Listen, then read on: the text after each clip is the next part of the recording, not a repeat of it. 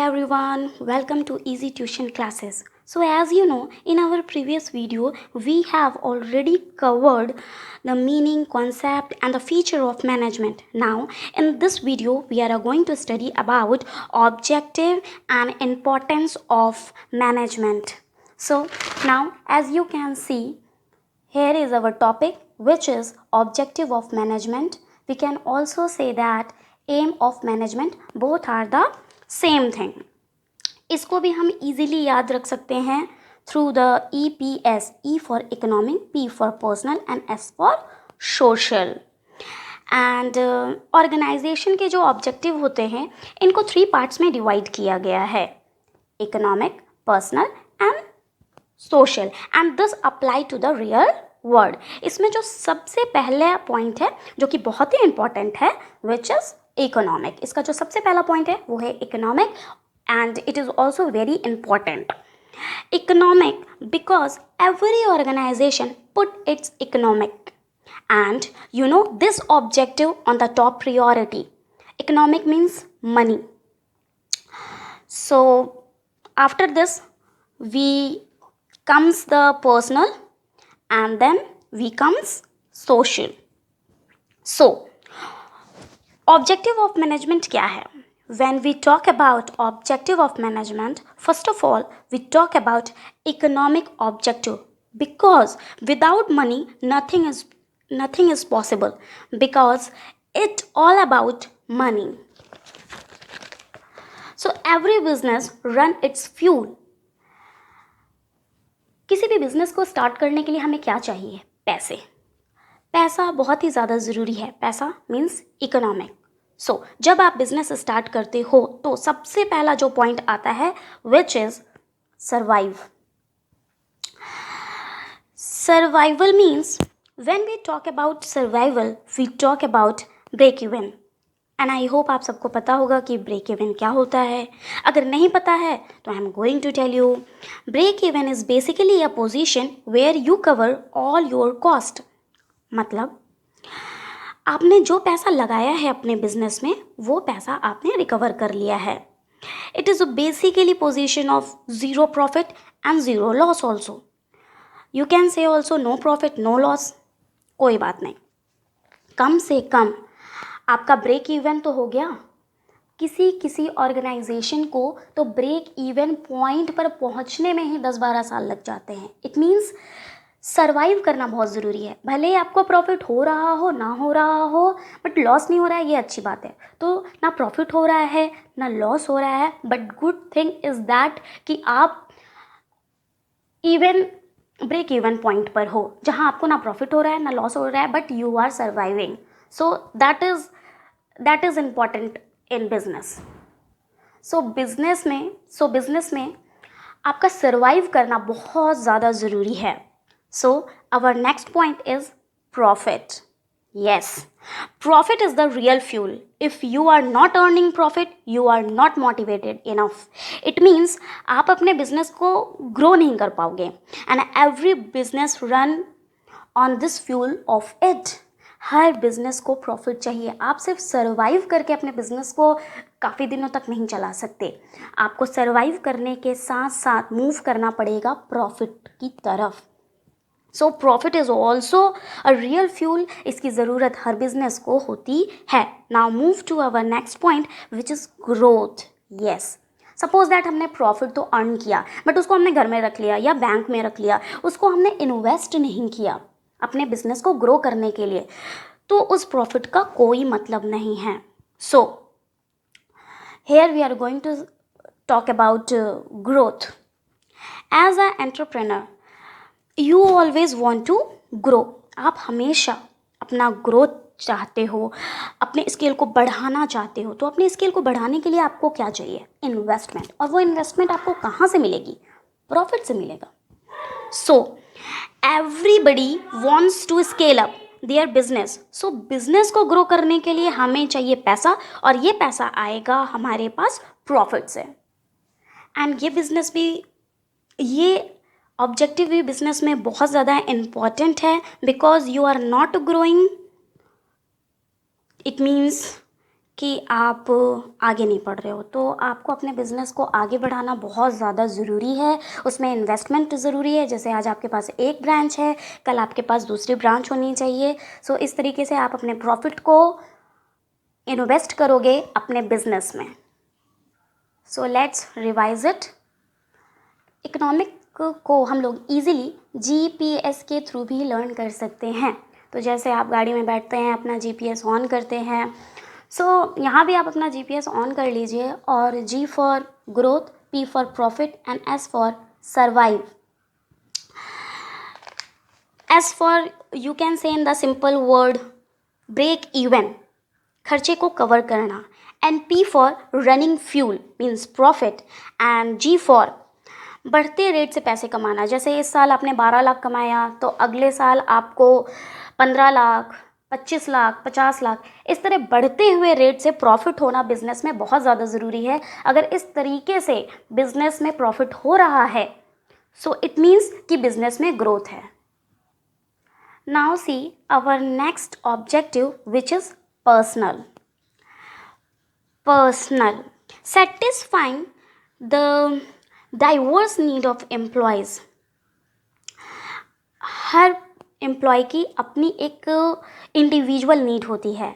Every person has some their different needs, so you need to see how your employee can satisfy। सो आप ये कह सकते हो कि ऑर्गेनाइजेशन में अच्छे से काम करने के लिए हमें अपने एम्प्लॉयज़ की नीड को फुलफ़िल करना होता है। सो सबसे पहली नीड होती है हमारी personal need. Personal need means competitive salary. Competitive salary means कि दो ऑर्गेनाइजेशन हैं, एक ऑर्गेनाइजेशन एक एम्प्लॉय को 1 लाख रुपीज़ दे रही है पर मंथ, बट दूसरी ऑर्गेनाइजेशन दे रही है 1,20,000। तो वो एम्प्लॉय आपके पास ज़्यादा दिन तक टिक नहीं पाएगा क्योंकि उसे कहीं और उससे ज़्यादा ऑफर हो रहा है। सो कंपनी को, ऑर्गेनाइजेशन को इस बात का ध्यान रखना चाहिए कि उसकी पर्सनल नीड सेटिस्फाई हो, क्योंकि अगर कंपनी में एम्प्लॉयज़ की पर्सनल नीड नहीं कवर की जाएगी, उस पर ध्यान नहीं दिया जाएगा, तो वो बिज़नेस में मन लगाकर काम नहीं करेंगे। So our next is social. Social means recognition. Recognition means मैंने किसी एम्प्लॉय को एक वर्क दिया, उसने उस काम को बहुत अच्छे से किया, देन आपने उसे मोटिवेट करने के लिए उसे अप्रिशिएट किया। So we can say that somebody did good work then appreciate them। जब कोई अच्छा काम करता है हमारी कंपनी में तो हमें उसे मोटिवेट और अप्रिशिएट ज़रूर करना चाहिए, बिकॉज हर किसी को सिर्फ पैसा नहीं चाहिए, कभी कभी उसे सोशल नीड भी चाहिए होता है, उसे सोशल सपोर्ट भी चाहिए होता है। यू कैन से the appreciation. So next move to growth। Growth means long term growth। Suppose that increasing salary, promotions. और अगर वो किसी कंपनी में काम कर रहा है, किसी ऑर्गेनाइजेशन में एम्प्लॉय काम कर रहा है, अगर उस ऑर्गेनाइजेशन में उसकी ग्रोथ नहीं है, उसकी सैलरी नहीं बढ़ रही है, उसके प्रमोशंस नहीं हो रहे हैं, तो एक दिन वो स्विच ओवर कर जाएगा। और अगर वो स्विच ओवर करता है आपके ऑर्गेनाइजेशन से तो वो अपने साथ अपने कई साल के एक्सपीरियंस को लेके जाएगा। So this is you need to stop. Growth need को फुलफ़िल करना भी बहुत ही ज़्यादा इम्पॉर्टेंट है, and these 3 financial need, social need and growth need, these are also very important। So now move to our next objective which is social। Her business हम society में रहकर करते हैं, एंड हमें पैसा भी कहाँ से आता है? सोसाइटी से आता है, because in a market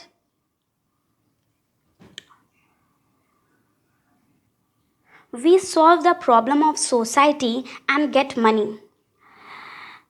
This is the basic business and it is our duty कि उन्हें हम वापस करें कुछ फ्रूटफुल चीज़ें। सो it is also very important. यहाँ भी हम इजीली याद करने के लिए कह सकते हैं EQ। E for employees, employment and environment। So first of all we cover environment। Environment, we should not spoil our environment।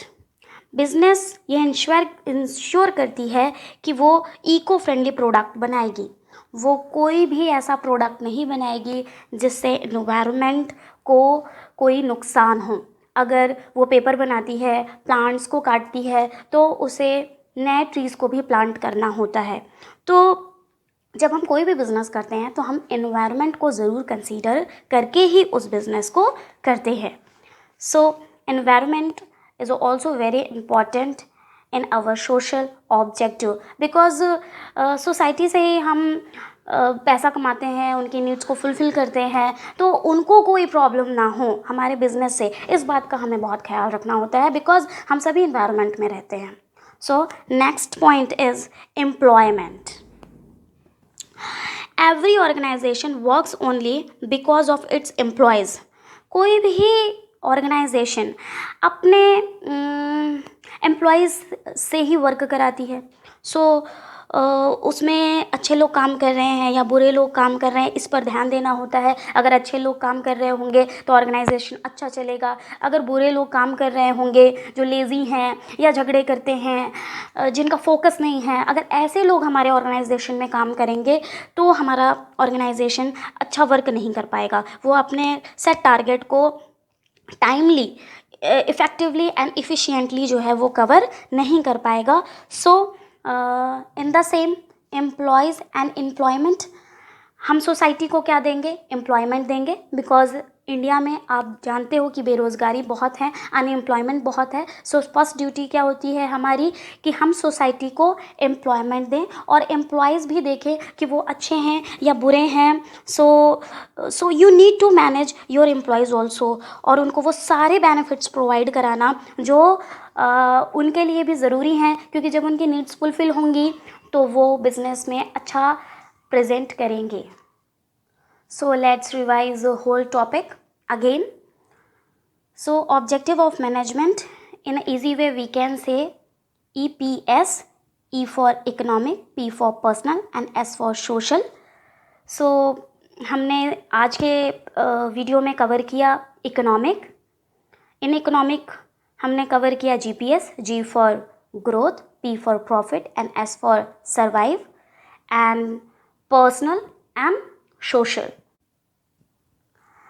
After objective of management, we are going to study about importance of management, and it would be our last topic. Basically importance of management को हम feature of management में पढ़ चुके हैं. So feature of management is totally related to importance of management, and importance of management is totally related to the feature of management. So our first topic is help in achieving group goals, setting targets and achieving them. So आप group के अपने goals को set कर सकते हो and achieving them by allocating the resources.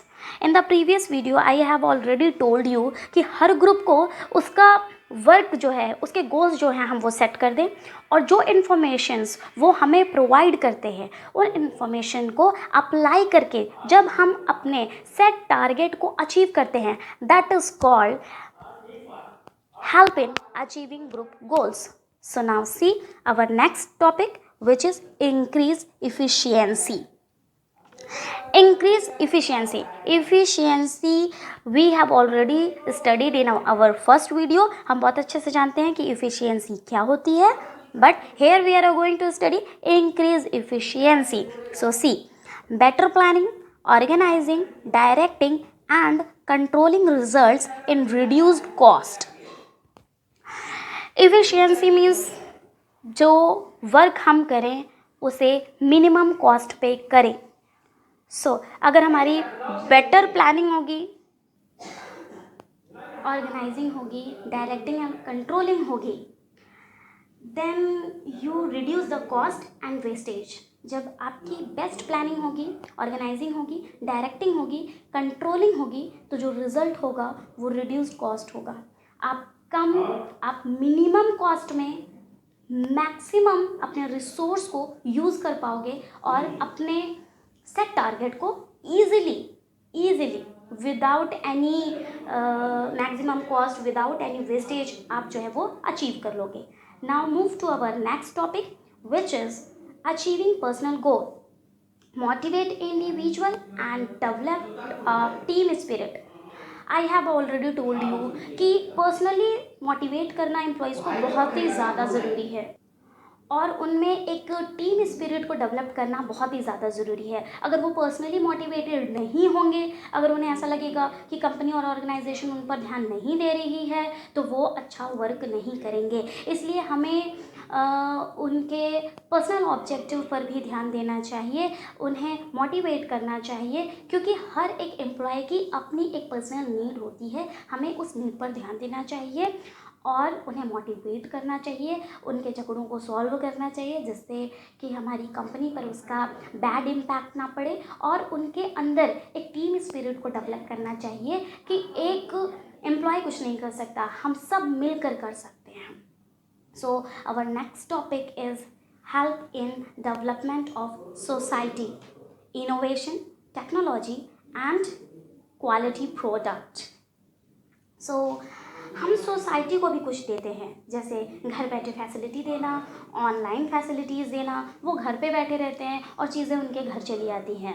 ये एक innovation है कि आप पहले आपको सब्ज़ी लेने के लिए मार्केट जाना पड़ता था और आज आप घर पर बैठे हो और बिग बास्केट से आपने सब्जियां मंगा ली। सो इट इज़ इनोवेटिव और इसमें टेक्नोलॉजी है और एक गुड क्वालिटी है, गुड प्रोडक्ट है। So here management is also very important और ये एक मैनेजमेंट की इम्पॉर्टेंस है। So now our last topic which is create a dynamic organization. Business environment changes but people resist. लोग चेंजेस को आने नहीं देते हैं, वो चेंजेस नहीं चाहते हैं, वो चाहते हैं कि अब तक जैसा बहुत अच्छा चल रहा था वैसा ही चले। बट मैनेजर उन्हें कन्वेंस करते हैं, उन्हें समझाते हैं कि चेंजेस बहुत ही ज़्यादा ज़रूरी है। जैसे हमने प्रीवियस वीडियो में पढ़ा है कि डायनामिक मीन्स चेंजेस। सो बिजनेस में चेंज होना ऑब्वियस सी बात है, जैसे हमारे नेचर में, हमारे एनवायरनमेंट में चेंजेस होते रहते हैं, सेम उसी तरीके से हमारा बिजनेस भी चेंज होता रहता है। उनकी स्टाइल चेंज होती है, उनकी टेक्नोलॉजीज चेंज होती हैं और ये ज़रूरी भी है, बिकॉज इन द ग्लोबलाइजेशन हमें टेक्नोलॉजीज़ को चेंज करना होता है, हमें अपने काम करने के तरीक़ों को चेंज करना होता है। So create a dynamic organization. तो मैनेजर को हर एक एम्प्लॉय को हर एक लेवल पर, top level, middle level, lower level, इन सारे लेवल्स पे लोगों को मैनेज करना होता है, उनकी सोच को मैनेज करना होता है कि dynamic change is a obvious change, इसमें कुछ भी नया नहीं है। Change according to the time it is important. So these 5 points which help in achieving group goals, increase efficiency, achieving personal objectives, help in development of society and create a dynamic organization. These are the importance of management. So I hope you all are getting these points and thank you so much.